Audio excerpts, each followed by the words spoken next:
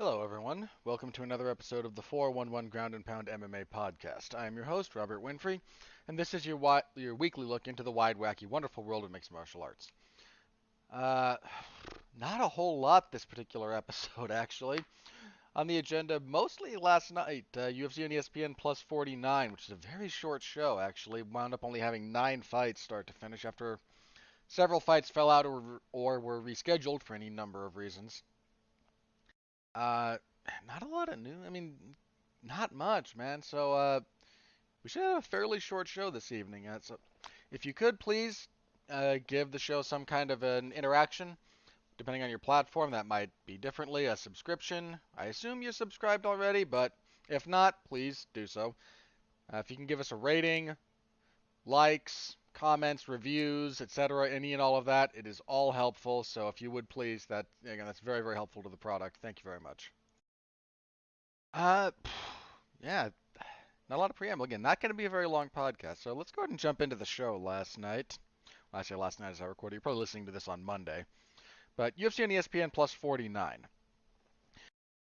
Your main event. This was. Let me give a little background before I jump into the fights.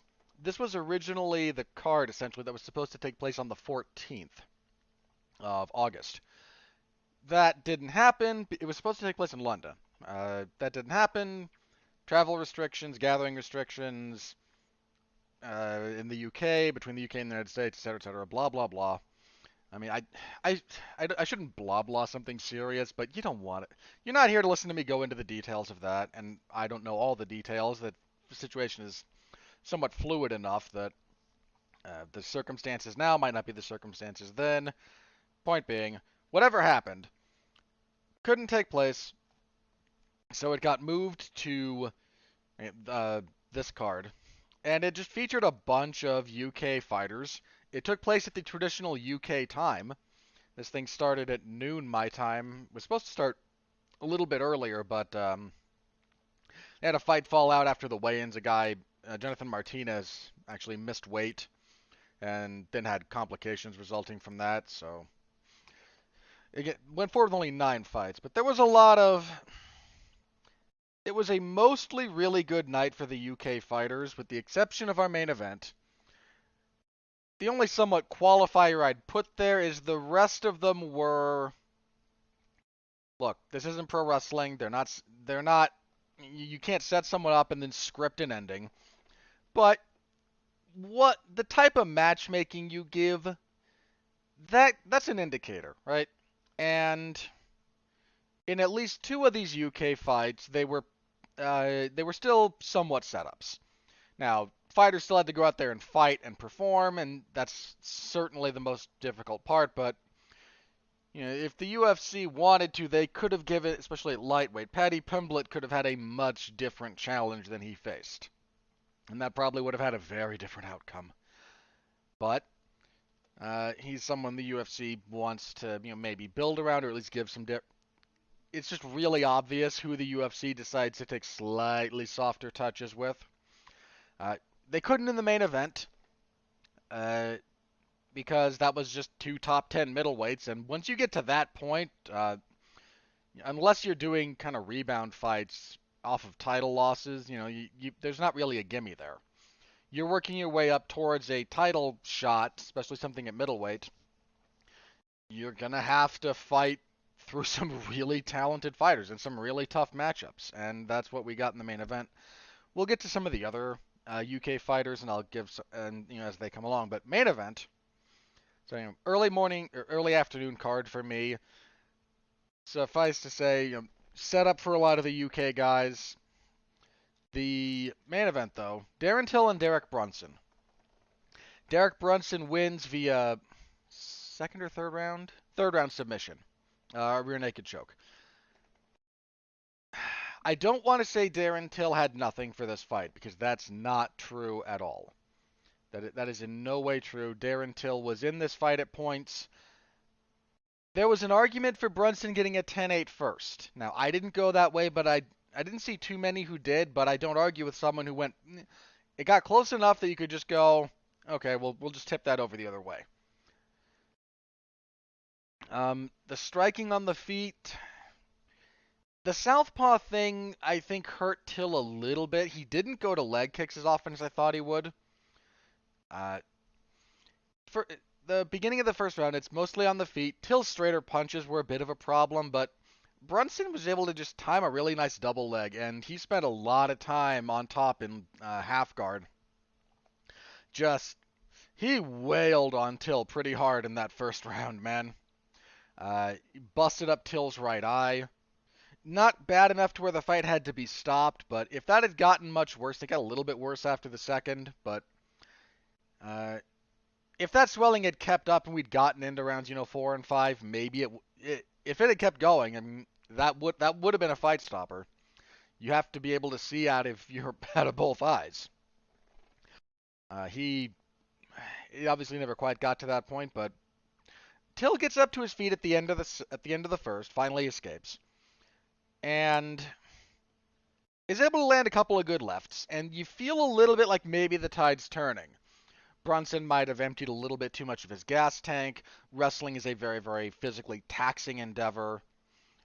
Eddie Alvarez is on record saying you can't wrestle for 25 minutes. You can wrestle for about 15. And I think even the best wrestlers in MMA history, if you look at how much they have to actually wrestle versus how much they have to control, that's probably about true. And I've said this before. I stole this from somebody else, I think Robin Black. But wrestling is not wrestling is not what happens on the ground. Wrestling is everything that happens until someone concedes a position. Once someone concedes a position, you're into a slightly different realm. Wrestling is how do we get someone down, how do we scramble, how do we that kind of stuff. And wrestling is very, very exhausting.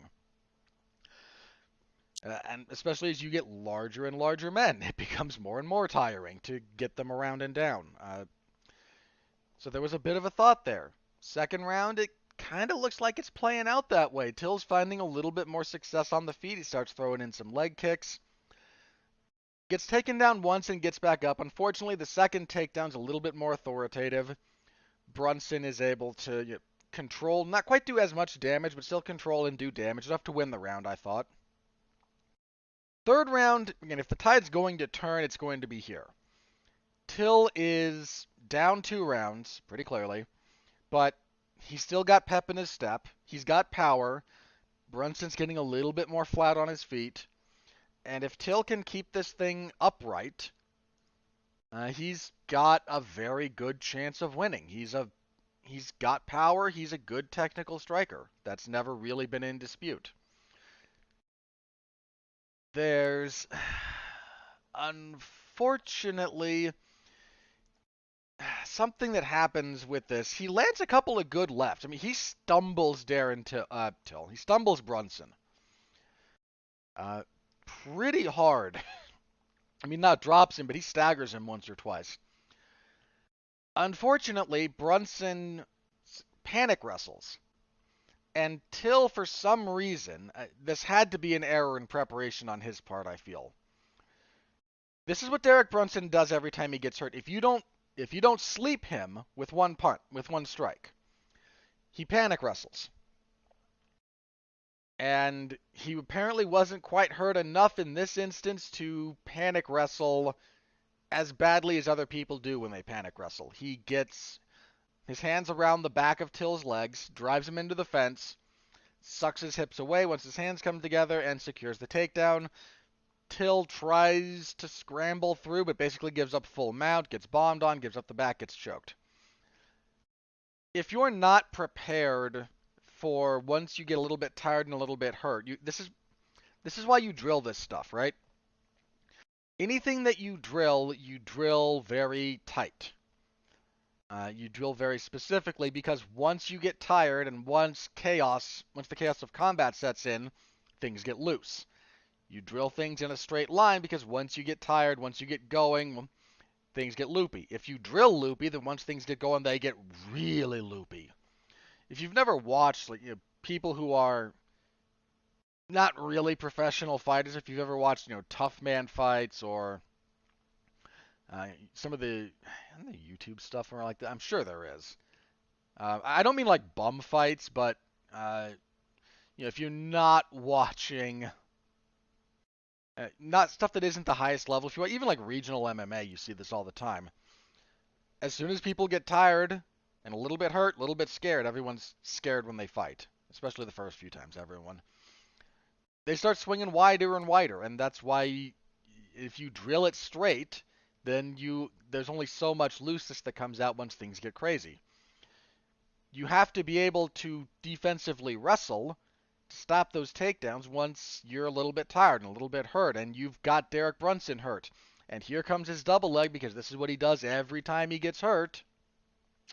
And you don't actually take an angle. He just gets himself bulled back into the fence. And maybe if this was a 30-foot cage instead of the 25-foot, he's able to get further back. Unfortunately, I don't know, maybe. I don't think so given the technique being employed by both men, but I might be wrong about that. I'll happily concede that point. He was in a winning position. If you look at just the first, couple of minutes of that third round, it's going Till's way. His eyes busted up, but it's going his way. And if you lose your winning position after hurting the other guy when he panic wrestles, that's a pretty serious. It's not a complete loss, but that's a pretty damning indictment on where you are at the moment. I'm not trying to bury Darren Till here. I'm really not. But that was not a good sequence for him. Really not. Especially when you consider how close he was at that moment. I'm not saying he didn't have, Brunson was clearly competent and conscious enough to still be not only in the fight, but doing the right thing to avoid being finished, or at least you give himself space to maybe not get finished. And that means you have to still, as the aggressor, be intelligent about it. You still have to be able to make this work. If you can't, if every time you get someone hurt and they start swinging back wild punches even, and things fall apart for you, well, that's a problem. If you get someone hurt on the feet and the other guy panic wrestling is enough to really kind of diminish your chances of winning, that's a problem. And that's a pretty big problem for Darren Till. There's still a fair amount of ability that Till has. He's got power. He's filled out as a really good middleweight. He's not the biggest middleweight in the world, but he's not a small guy for the division by any stretch of the imagination. He's got good technique. His punches are crisp and they're aimed properly, and they don't loop. They're very straight. It was one of the things that was troubling Brunson once things settled down a little bit. Brunson was looping his punches, whereas Till was just straight and getting to the target. He's got decent takedown defense. I say that because if you look at some of his other fights, he's pretty good about getting back up.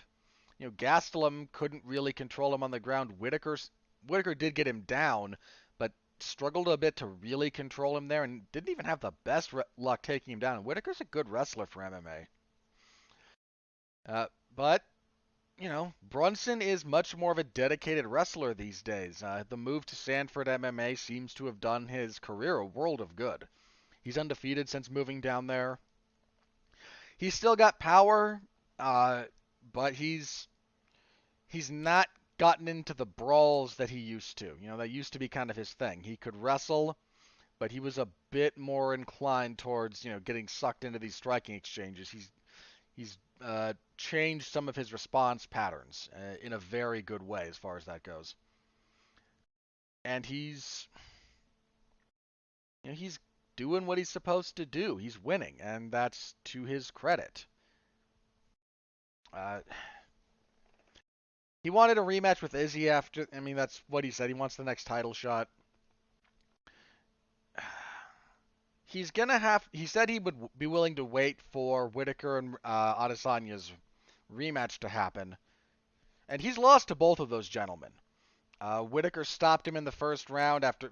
That was one of the worst performances of Brunson's career. He came out for that fight. If you haven't seen this one, look it up. It's not a long fight. and just charges recklessly over and over and over at Robert Whittaker. And Whittaker finally just catches him coming in with a left hook, stumbles him, finishes him off. Really nice stuff out of Whittaker. And then same thing, Adesanya stopped him in the first round. I seem to, or it was first or second. I want to say first. I'd have to double check. Where Brunson just striking had nothing for Adesanya and couldn't really get him down once they got to the fence. Some good clinch work, and you're fighting off the cage in that particular fight from Adesanya. So they're both rematches of fights he's lost. I don't have any problem pointing out that he's not the same guy he used to be. I don't think I would favor him over either of them, but I also don't think those fights would look the same. And sometimes that's how that has to go. The only downside to him saying he'll wait is if you're not hurting financially, you might get leapfrogged in the matchmaking and in the public consciousness and all of that stuff. You've got Jared Cannonier, who Adesanya has publicly said he would like to fight, who just got a win. Assuming he ever gets back, you've got Paulo Costa. They might be trying to rebook Costa and Cannonier, which, I mean, who could object to that fight as a fan? But if one of those guys does something impressive, especially if it's Cannonier, you're going to be out of luck if you're Derek Brunson. You just are. Like, if they remake Costa and Cannonier knocks Costa out, assuming Adesanya beats Whittaker, which is not at all a given, that is my inclination at the moment, but not at all a given. Those two are very, very good. Adesanya's preference in that case, I mean, Adesanya just, after the fact, Brunson, you got to the camera, said, "I'm coming for you, Izzy." I mean, Adesanya's response on Twitter was, "You're still a bum, son." Adesanya's trash talk, man. It's good. It's not, it's not long, it's not drawn out. It's just usually just a collection of pretty decent burns. But if it comes down to, Cannonier knocks out Costa in closer proximity to Adesanya beating Whittaker, and Adesanya's like, "Yeah, I want to fight Cannonier," you're going to be out in the cold, Brunson. That's just how that goes. Fair or not. And you could even this is 5 wins in a row for Derek Brunson. I'm not at all trying to say he's undeserving of a title shot. He is. But, if Cannonier beats, especially if he beats, if you were to stop Costa, for example, it's not like that guy's getting there by virtue of, he's not, you couldn't say he hadn't earned it either. That's all I'm saying. That was, so Brunson, if they go with Brunson in a title fight, I think he's earned it too. I speculated a lot there, but you kind of have to, given the time in place. We're probably not going to get Adesanya and Whittaker until 2022, first quarter sometime. That leaves a lot of open space, and when there's open space, there's speculation. That's just kind of what you have to do in that space when you talk about it. You can say it's speculation. I'm going to, but there's a decent chance this might backfire on him. That's all I'm saying. We have to talk about Darren Till for a minute, because I gave Brunson his props, winning the fight, got hurt, persevered and won. Good performance. He was gutting through that kind of adversity. Brunson hadn't. Let me go back through his last couple of wins, because I'm pretty sure about this. Brunson hadn't really had to come back from a whole lot. Yeah, that's kind of true for his entire career. He's been a bit of a front runner, and I don't mean that to be. If we look at his UFC run, He batters Chris Lieben, gets a 3-round unanimous decision in his debut. Submits Brian Houston in the first round very, very quickly. Loses to Yoel Romero. Won the first 2 rounds, and then Romero stopped him in the third because Yoel Romero is a freak of nature. Beats Lorenz Larkin, Ed Herman, Sam Alvey, Juan Carnero, and Uriah Hall. The last 4 of those are stoppages. He's not ever really having to overcome anything. Then he fights Robert Whittaker, and again, tries to bum rush Whittaker. That goes horribly. Whittaker stops him. Fights Anderson Silva, loses a unanimous decision. I thought he won, for the record. I stand by that. But lost. Fights Dan Kelly and Lyoto Machida, knocks both of them out in the first round. Fights Jacare. This is a rematch of a very earlier fight in his career when he was in Strikeforce, and Jacare stops him with a head kick and punches. Fights Adesanya, gets stopped in the first round. Then he beats Elias Theodore, Ian Heinisch, Edmund Shabazian, and Kevin. Okay, the Shabazian fight a little bit. When he fought Shabazian, he had a little bit of a rough first round, or rough parts of the first round, but kind of overcame. This was the first time I think I've seen him succeed early, fall behind, and then come back. That's not really been something he's shown to this point, and I do want to give him credit for that. That's an important, character trait for any fighter if you want to succeed at the highest level. It's not mandatory. Plenty of guys get plenty far in MMA being just front runners. Some some succeeding at the championship level, but this was a little bit of a wrinkle as far as his what he's shown us. So I wanted to give him credit for that. And if they give him a title shot next, I'm not gonna argue all that much. I think there's a very real chance he's earned that, and you would not be a mistake to give him one. So let's talk about Darren Till. Still a lot of ability. I mentioned that earlier. I want to reiterate it. Good striker, good technique, power, in the right division. But I don't know. Look, the UFC rushed him into that welterweight title shot, right? I mean, Jeff Harris said it on this program at the time. He was correct. I scored his fight with Stephen Thompson for Stephen Thompson. I stand by that scoring. The UFC was anxious to get another UK star up and running. Till has all the makings, right? He's good. He's a good interview. He's a funny guy.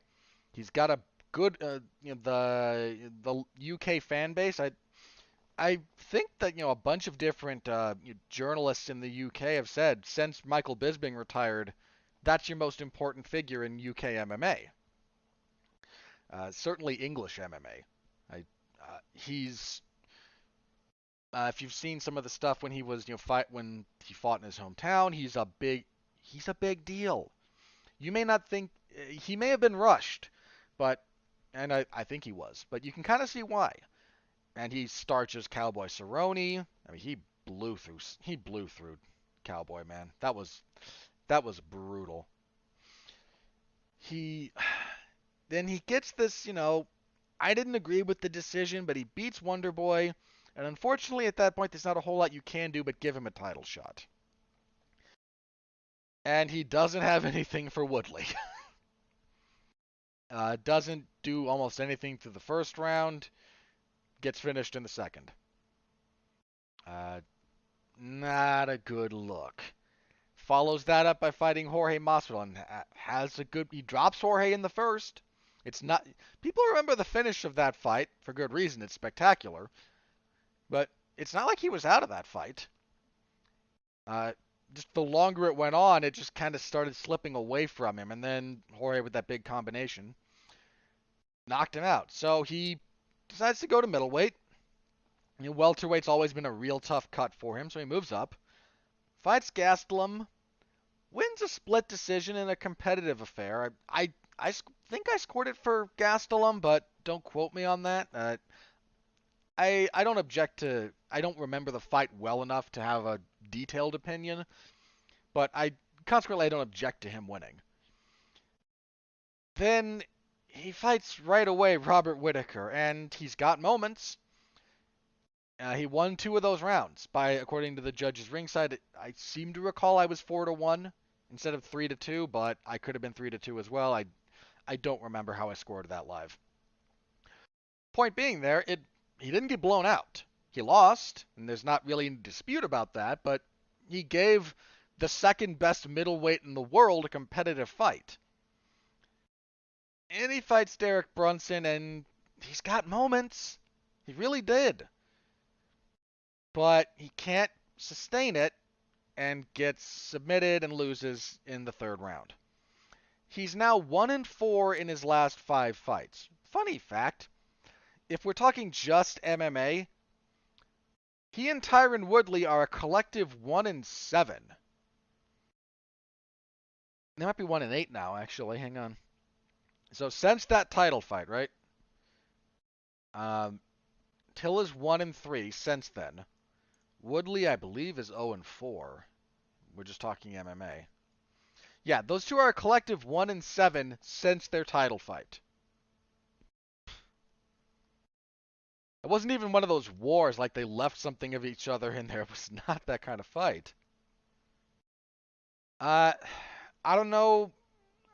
I don't really know what the problem is with Till. I mean, I could guess. I mean, I can point out some things, but I think he needs a change of camp. I don't know which one would be best. I don't know if he just needs to bring in, someone else to help him. And so, if he doesn't necessarily have to leave his camp, but he needs something that he's not getting. And I'm not quite sure what it is, and I don't know where would be the best place for him, so I'm not going to do that. But he's got a lot of ability, and he's shown flashes. But if you can chin Derek Brunson the way you did, and not be prepared for the only response to being hurt Derek Brunson has is to panic wrestle. This is documented. Go through his career. Go through some of his wins, and you'll see this out of Brunson.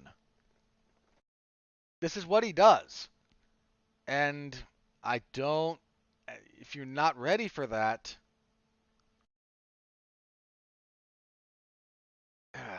it's just, I don't know, man. It doesn't, there's something there. There's something missing. And maybe it is Till. There are plenty of guys in the long history of combat sports that show you flashes, that show you on their best night they are world champion. You will see they are world champion level performers. But they can't sustain it. And that might be the story of Darren Till.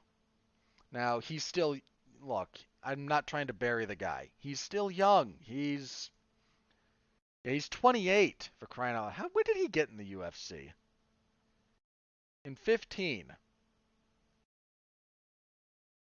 He got into the UFC when he was like 21 or 22. There is still time. He is still young enough. He can still develop. He's not one of these guys, if he was in this position, at 33, 34, it's a different conversation. There is time for him. But I don't know if he just needs a drastic change in the level of opposition. I don't know if he needs a change of camp, if he needs a few or just needs to bring in a different coach to help him with his. I mean, he couldn't really. Now, Brunson's top control is certainly not the average fighters. It's very good. But he kind of didn't really have much of an answer for being on his back. Now, some of that's what Brunson was doing. I want to be very clear about that. But his bag of tricks for what he could do off of his back seemed a little bit limited. And that's not a great thing. Now, some of that's Brunson.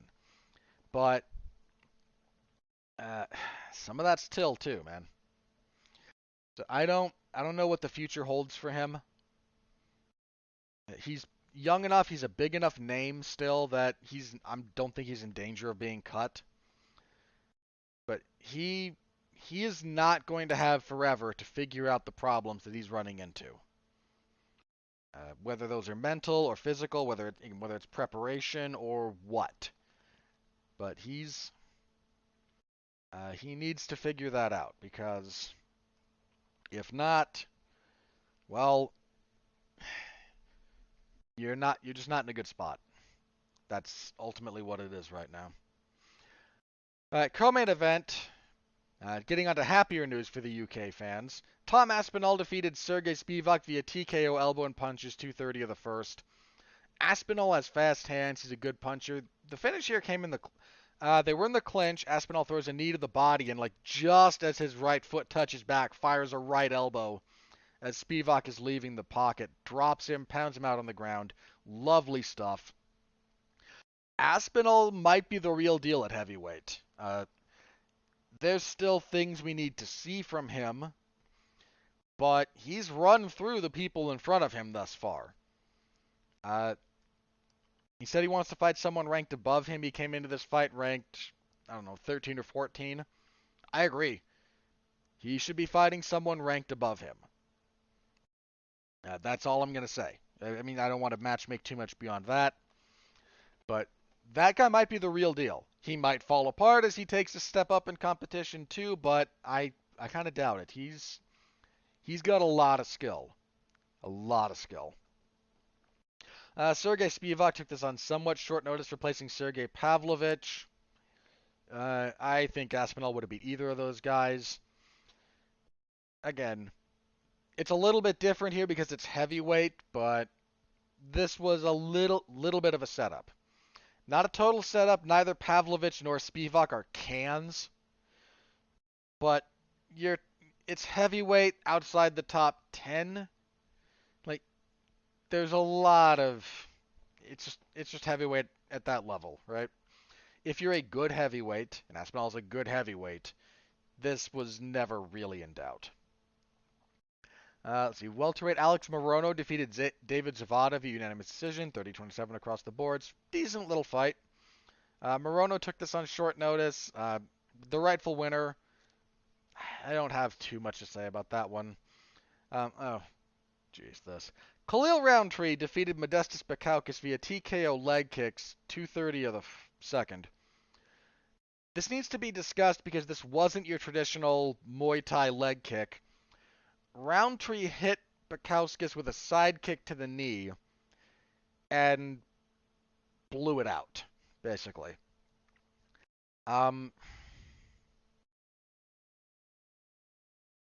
do I want to start with this? Okay, First of all, I hope Bukauskas is all right. I think they mentioned he kind of started the injury on that, wrestling in the first round a little bit. I have to double check that. But hope he's okay. I mean, that was pretty. He dropped and he screamed. That's why the ref stopped the fight, because the guy, if you scream in pain, that's the same as a verbal submission. You're done. So the ref absolutely did the right thing. So first of all, hope his leg's okay. I mean, that's almost certainly going to require surgery to some degree, because that was a pretty gnarly one.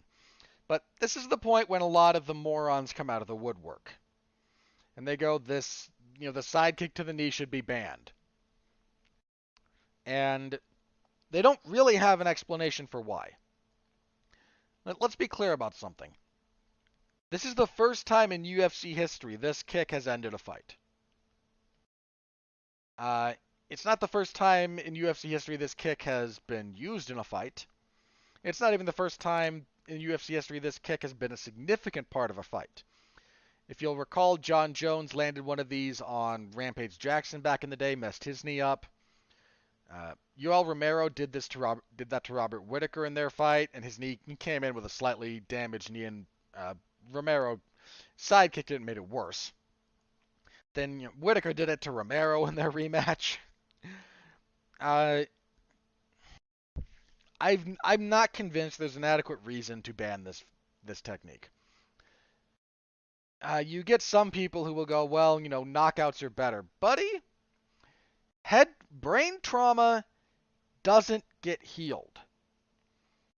This sucks for Bukowskis because, again, we're talking surgery and rehab and all that stuff, and that's not good, that's not fun.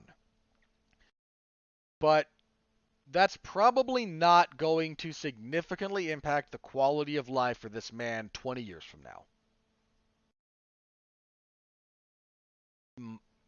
A bunch of people would just rather head trauma take place in the cage, and then, 15 years later, when the fighter can't remember their names of their family members or how to get to the grocery store and are suffering from all the problems associated with CTE, because that happens outside where you pay attention to, you can feel better about it. There's I don't buy that. I find that even for someone who enjoys a barbaric sport like this, I find that an unbelievably callous and potentially inhumane argument.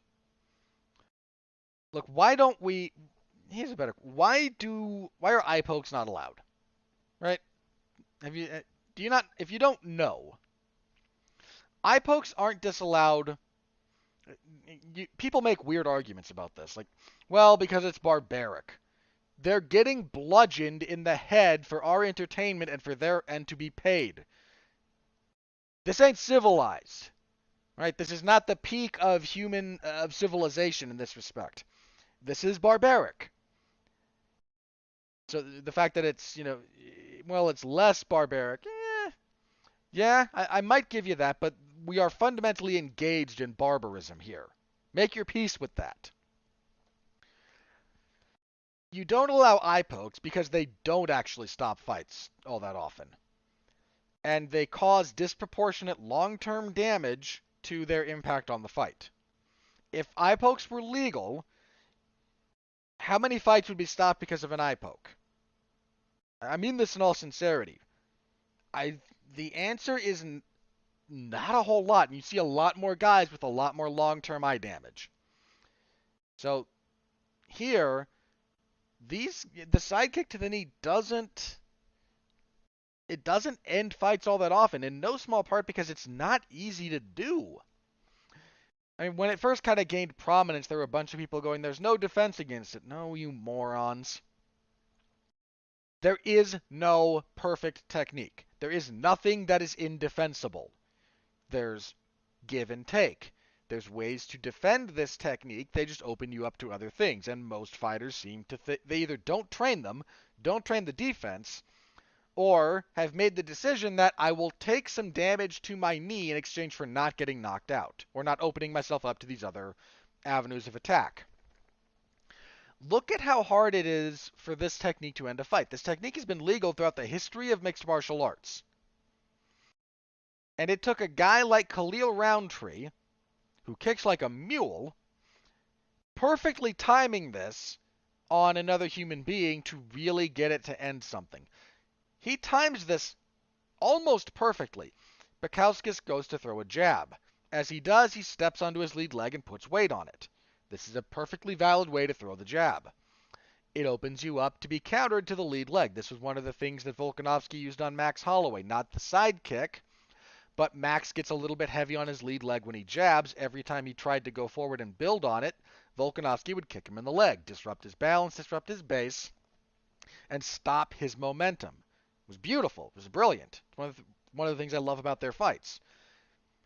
Roundtree, instead of going for a round kick, throws a side kick to that knee. As it comes down, weight goes onto it. He kicks the knee.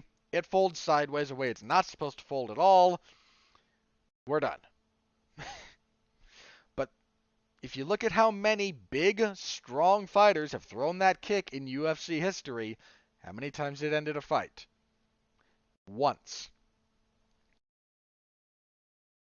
I've never heard a convincing argument that this should be banned. A lot of the people who want it banned are either fans who would rather watch someone get knocked out cold and suffer a significantly worse quality of life in their later years, or they're the kind of people who want to really limit how things go. Or they're fighters who don't want to have to deal with it. You see this every time this comes up. There's a group of fighters, usually the same few, that go, it's a dirty technique. And I'd rather it was banned. Because they don't want to deal with it. I don't blame anyone who doesn't want to deal with it. You have to deal with a set of circumstances and weapons and all that in MMA that is exponentially large. Of course you want to limit that. Why wouldn't you? It is somewhat against your own self-interest to pretend otherwise. So there's a few of them that want to limit this. It's just because they don't like it. I've never heard a real argument beyond that. And it sucks. I'm not saying I'm saying it doesn't suck. But this is the game. And this is one of the tools. It's available. It should be available. Like I said, even if you wanted to use the same argument that I did, that, well, because it doesn't end fights and it causes, long-term damage, it should be banned. Well, I'm not.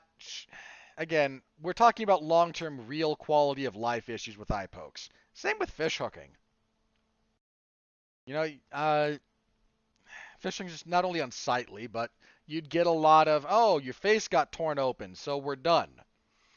And then they'd sew it up, and we've got, the quality of plastic surgery has improved tremendously since fish hooking was first a thing. But you'd still get a lot of weirdness around that, and you can fix your knee. You can't. There's real limitations on what you can fix when it comes to someone's eyes. Some very, very real, very serious limitations on that. Like I said, it's not great for Bukowskis. I certainly feel bad for the man, but this is kind of the game in that respect. And I'm okay with this technique being legal. Like I said, I've never heard a real sound argument other than I don't like them, so please ban them. Which, I'm not saying that's not a consistent stance to take. If you don't like them, then fair play, say you don't like them. But that's not really a reason for much of anything. There's plenty of strikers who don't like wrestling and would rather you banned it. Or there's plenty of wrestlers who don't like who don't like knees being thrown and would rather you banned those. That's kind of what this is in some respects. So, yeah. Just that comes out every time these things happen. So, good win for Roundtree. He needed that win badly. Yeah, okay. Oh, sorry. The only other thing about the sidekick to the knee, one of the things that occasionally gets brought up is that this is one of those things like self-defense gurus or certain traditional martial arts studios will say, well, if you're in a self-defense situation, just do this.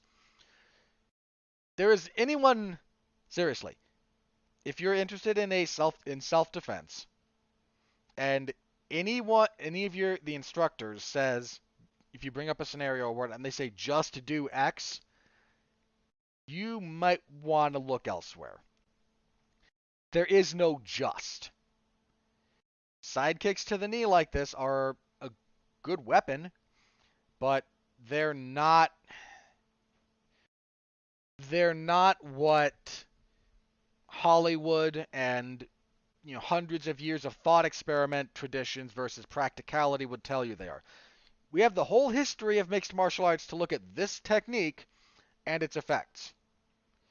And the reality is, it's a good measuring stick, it's an annoying weapon, but it's very rarely a fight ender. And it's never really been clear to me that the combination of factors and dangers it presents are things that should be banned. We also get people who go, well, the calf kick should be banned because everything's just calf kicks. People figure this stuff out. Calf kicks are not unstoppable. Watch Jose Aldo and uh, Munoz. Pedro Munoz. Took me a minute to remember his name. Pedro Munoz has good leg kicks and he has good calf kicks. He tries to throw them at Aldo. Watch how Aldo stops him. Nothing is unstoppable. Nothing. Not a darn thing is this unstoppable, undefensible weapon. Absolutely nothing is that. So, good win for Roundtree, and keep the side kick to the knee legal. There's again not a real reason for it to be banned. Kicking off the main card, Paddy Pimblett made his UFC debut. He stopped Luigi Vendramini via punches, 425 of the first, a little bit back and forth. Vendramini cracked Pimblett with a left hook pretty early. Pimblett survived, to his credit, fired back. Pimblett, not much of a striker as a general rule. He's more known for his groundwork, but found a decent right exiting the pocket, didn't let Vendramini off the hook, pounded him out against the fence. Again, this was a little bit of a setup. We're talking lightweight, and they gave Pimblett a fairly notable star in the UK region, especially in Liverpool. I mean, the man's been in Cage Warriors forever. He's been a staple of that promotion. And they gave him a guy who was 1-2 in the UFC who had less total fights than Pimblett did. You still have to go out there and win, and to Vendramini's credit, he made it interesting. But not terribly hard to understand the matchmaking logic here. So Pimblett gets a solid enough win, got a performance bonus for it, cut a decent promo after the fact. I'm sure he will be facing wrestlers not for several fights, because that's how this goes. That was your main card. Let me run through the prelims here. Molly McCann defeated Ji Yeon Kim via unanimous decision, 29-28 across the boards. That was my scorecard, I seem to recall. McCann just kept getting inside Kim's reach, made it ugly, wins a decision, decent fight. It was your fight of the night, but that should tell you about the quality of action for the rest of these. Jack Shore defeated Ludovic Cholinon via unanimous decision, 30-27 across the boards. Cholinon took this on short notice, but solid win for Shore. Get that man some... He's 15-0 now, including 4 or 5 wins in the UFC. Time to get him some ranked opposition. Let's step that guy up. Julian Erosa hit a really nice Darce choke on Charles Jourdain, 256 of the third. Good little back and forth fight. Erosa took this on short notice, so it was contested at 150. Jourdain had the second. Erosa first, Jourdain second. Then in the third, Erosa just gets a takedown. Jourdain tries to get up the same way he had previously. This time Erosa's got a read on that, snaps up the Darce, locks it up, gets the tap. Good win for Erosa. And kicking everything off, Marc-Andre Barrio defeated Dalcha Lungiambula via unanimous decision to 29-28, 130-27. I was 30-27, I seem to recall, but I think the first round might have been the weird one, so I don't object to... The right guy won, and the first round, I think it was the first. There was one of the rounds that was close enough that I don't object to it going the other way.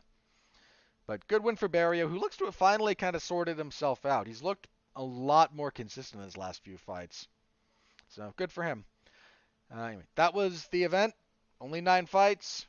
We were in and out fairly quickly, so...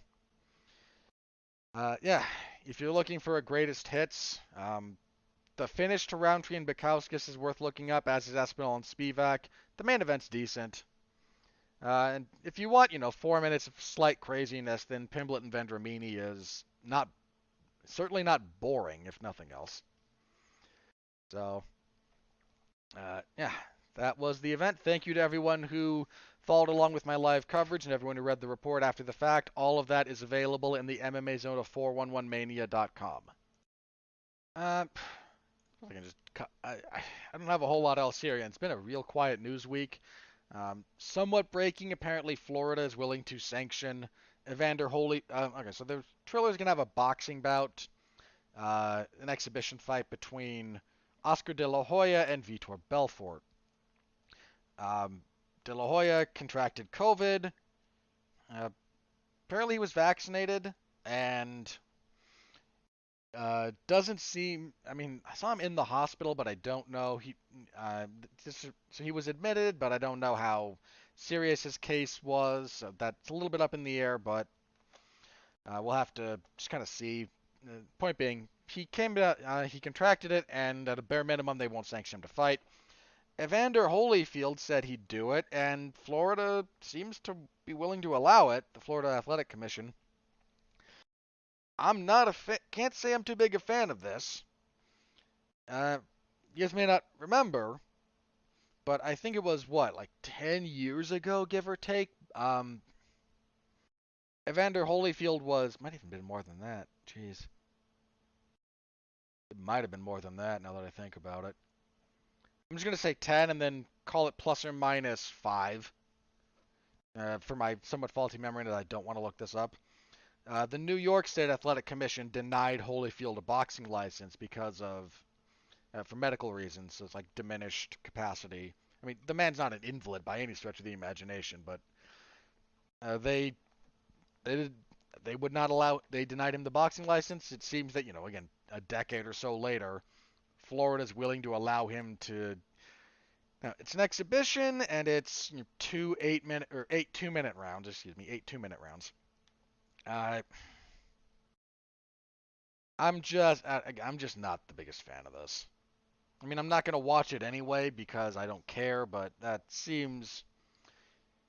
Now, if the Florida Athletic Commission did their due diligence and then I'm certainly potentially willing to explore the notion that Holyfield's not a complete broken down wreck. I mean, the man's in phenomenal shape for his age, certainly, but how's your brain doing, kind of thing. I don't know. Little bit suspect, little bit.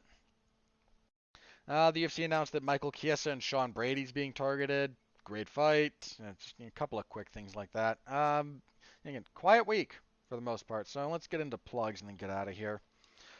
Let's see. I participated in 2 different reviews for the movie Candyman last week.